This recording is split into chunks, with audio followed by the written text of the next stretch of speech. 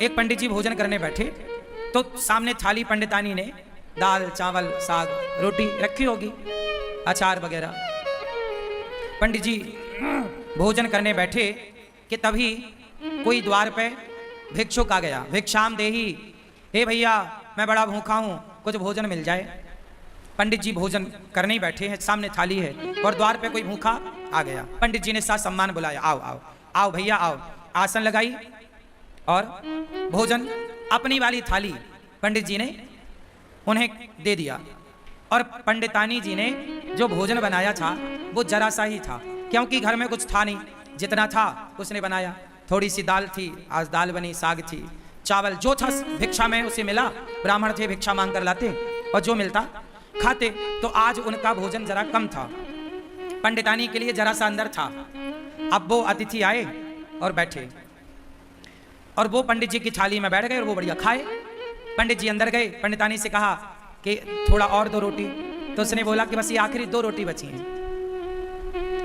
जब पंडितानी ने कहा कि आखिरी 2 रोटी बची हैं, तो वो जो बाहर बैठा खाने वाला अतिथि था उसने सुन लिया कि अब बस इनके पास 2 रोटी बची हैं। तो पंडित जी दोनों रोटी लेकर आए और कहा भैया प्रसाद पाओ, एक और दो रख दूं? उसने कहा नहीं नहीं अब नहीं चाहिए। वो भी समझदार कि अब बेचारे ये क्या खाएंगे, तो मना कर दिया। पंडित जी ने कहा ना, आप हमारे अतिथि हैं, आप पेट भर के खाओ। अच्छा बोले आपकी इच्छा है तो एक रख दो। तो एक रोटी रख दी गई और एक रोटी बची। अब वो अतिथि तो बढ़िया दाल चावल सब्जी रोटी खाकर 5 रोटी खाकर खुश था। पंडित जी की थाली में पंडितानी जी ने 4 रोटी रखी थी फर्स्ट में, 5 रोटी एक और मिल गई। 5 रोटी खा के उसका बढ़िया पेट भर गया, वो चला गया। अब दोनों पंडित पंडितानी बचे तो पूरे बर्तन लाके बाहर रखे और थाली लगाई 2। अब 2 थाली लगी हैं, पीछे की बची हुई जरा सी साग। अब आप जानते हैं दाल बची तो क्या बची होगी, जरा कटोरी आधी कटोरी। अब उसमें दोनों लोगों ने थाली अपनी पंडित पंडितानी ने तैयार करी और रोटी थी 1, तो आधी रोटी पंडित जी ने रखा, आधी रोटी पंडितानी जी ने रखी। और चावल जरा सा रहा होगा तो थोड़ा सा चावल आधा आधा उन्होंने रखा और उन्होंने प्रसाद पाया। अब ये सोचो कि आधी रोटी में क्या पेट भरता है, दिन भर से आदमी कुछ नहीं खाया, शाम को भी कुछ नहीं मिलना, एक ही बार खाना है और नाश्ता भी कुछ नहीं हुआ, आधी रोटी मिली। तो आधी रोटी खाई पंडित जी ने, जरा सा चावल पंडितानी जी ने खाए। अब पंडित जी ने जैसे ही भोजन किया आधी रोटी का और जरा से चावल का और खा के ना उन्होंने हाथ धुले। तो उनके हाथ का जो धुलने का पानी था वो पहले के लोग ना आंगन में बाहर जाके हाथ धुलते थे, थाली में हाथ धुलने की परंपरा नहीं थी। आज भी हम लोग थाली में हाथ नहीं धुलते, आप लोग खाते हो थाली में हाथ निचोड़ देते हो, ये गलत परंपरा है। हाथ कभी थाली में नहीं धुलना चाहिए। थाली को खा लो, मतलब दाल चावल सब्जी रोटी एक एक दाना खा लो और थाली को धुलो, थाली पे हाथ मत धुलो। पंडित जी बाहर हाथ धुलने गए तो जहां उन्होंने हाथ धुला वहां एक छोटा पेड़ था। वहां पेड़ के पास ना एक नेवला था। क्या था? नेवला। सांप और नेवले की लड़ाई होती है ना, तो नेवला जीतता है, वो नेवला था। तो नेवला के पूंछ की तरफ पंडित जी के हाथ का धुलने का पानी गिरा और वो नेवले की पूंछ गीली हो गई। आधा पीछे का हिस्सा, पूंछ का हिस्सा गीला हुआ और जैसे ही पूंछ पे पानी गिरा उसके पूंछ का रंग सोने जैसा हो गया, सुनहरा। नेवले ने पूंछ देखी, पंडित जी से बात करी, पंडित जी आपने पानी डाला तो मेरा देखो ये रंग सुनहरा हो गया, सोने जैसा, मेरी पूंछ सोने जैसी हो गई। आप एक काम करो, मेरे पूरे शरीर में पानी डाल दो, मैं सुंदर हो जाऊंगा। पंडित जी बोले मैंने तो अपना हाथ धुल लिया। नेवले ने कहा महाराज ये बताओ कि आपके पानी डालने से मेरा ये शरीर का रंग कैसे बदल गया, सुनहरा हो गया, सोने के कलर का। अब मुझे पूरा शरीर सोने का करना है, पूरा शरीर सोने की तरह चमके, मेरा आधा हो गया, मेरा आधा बताओ कैसे होगा। कल मैं आऊं, आप मेरे ऊपर फिर हाथ धुल देना। पंडित जी बोले नहीं, अब तुम जाओ धर्मराज युधिष्ठिर के राज्य में। धर्मराज युधिष्ठिर यज्ञ कर रहे हैं, उस यज्ञ में ब्राह्मण लोग भोजन कर रहे हैं। जाओ, जहां ब्राह्मण लोग भोजन करके हाथ धुलेंगे, धर्मराज युधिष्ठिर सबको अन्नदान कर रहे हैं, बहुत बड़ा यज्ञ हो रहा है। जाओ, यदि तुम्हारा किसी ब्राह्मण के हाथ धुलने के जल से यदि तुम्हारा शरीर सोने का हो जाए तो समझ लेना कि धर्मराज का यज्ञ पूरा हो गया। जाओ। अब वो नेवला बड़ा खुश धर्मराज युधिष्ठिर के राज्य में पहुंचा और जहां सारे ब्राह्मण भोजन करते और पानी से हाथ धुलते, एक अलग जगह पर नेवला जाके वहीं बैठ गया। हजारों नहीं लाखों ब्राह्मणों ने हाथ धुले, हजारों नहीं लाखों लोगों ने प्रसाद पाया, लेकिन नेवले का रंग सुनहरा नहीं हुआ। अब जब सारे ब्राह्मण खाए, दक्षिणा ले लेके चले गए, तो धर्मराज युधिष्ठिर बोले देखो, अर्जुन बोले कि देखो, अब राजाओं की एक सभा लगी। उस राजाओं की सभा में अर्जुन ने बोला, भीम भैया ने बोला, देखो आज तक के इतिहास में इतना बड़ा अन्नदान जितना बड़ा धर्मराज युधिष्ठिर ने किया, जितना बड़ा यज्ञ युधिष्ठिर ने किया, आज तक किसी ने नहीं किया।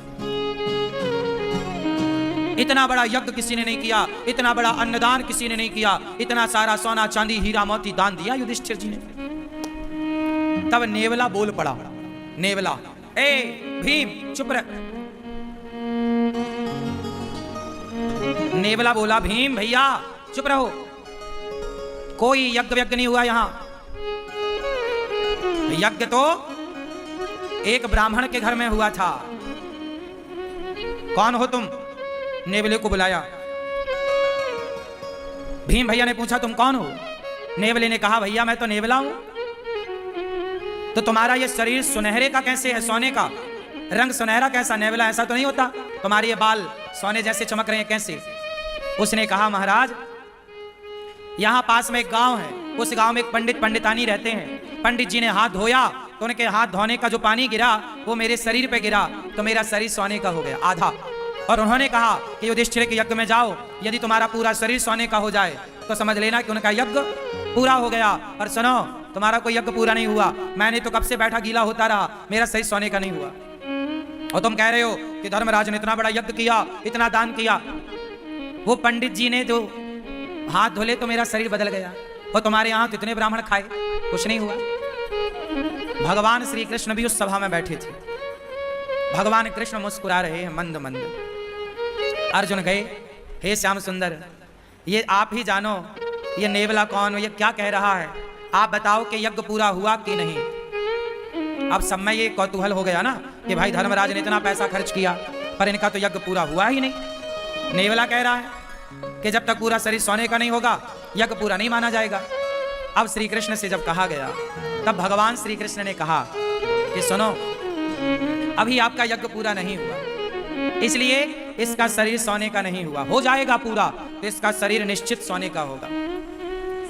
अर्जुन ने कहा कि हे प्रभु, मेरे भाई ने युधिष्ठिर जी ने जितना बड़ा यज्ञ किया आज तक इतना बड़ा यज्ञ किसी ने नहीं किया। जब किसी ने नहीं किया तो इसका आधा शरीर सोने का कैसे हुआ?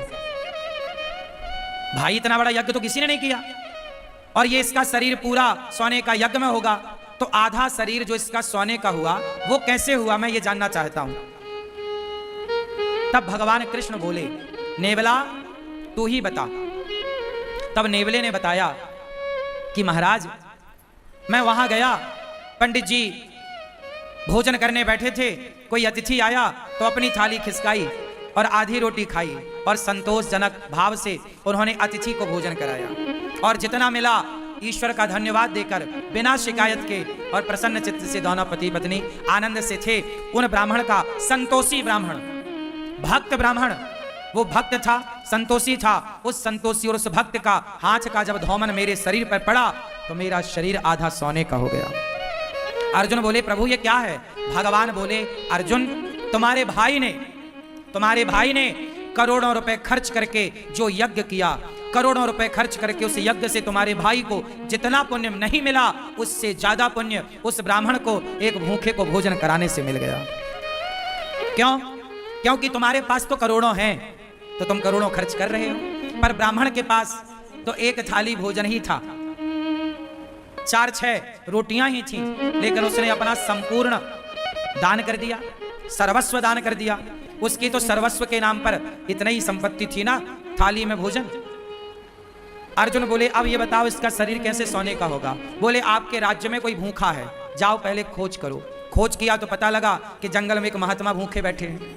धर्मराज का यज्ञ सब ब्राह्मण भोजन कर लिए पर एक ने नहीं किया, तो अभी यज्ञ पूरा नहीं हुआ। उस महात्मा को बुलाया गया, निवेदन किया गया, और जब वो आए और उन्हें भोजन कराया गया और जब उन्होंने हाथ धुले तो उनके हाथ का धौमन इसके शरीर पे जाकर पड़ा तो इसका पूरा शरीर सोने का हो गया, एक सा हो गया, पीछे से आगे तक सुनहरा हो गया पूरा। इसके बाल बिल्कुल सोने की तरह चमकने लग गए। घंटा बंधा था, टन टन टन टन करके बजने लग गया। युधिष्ठिर, आपका यज्ञ संपन्न हुआ। यज्ञ कब पूरा हुआ?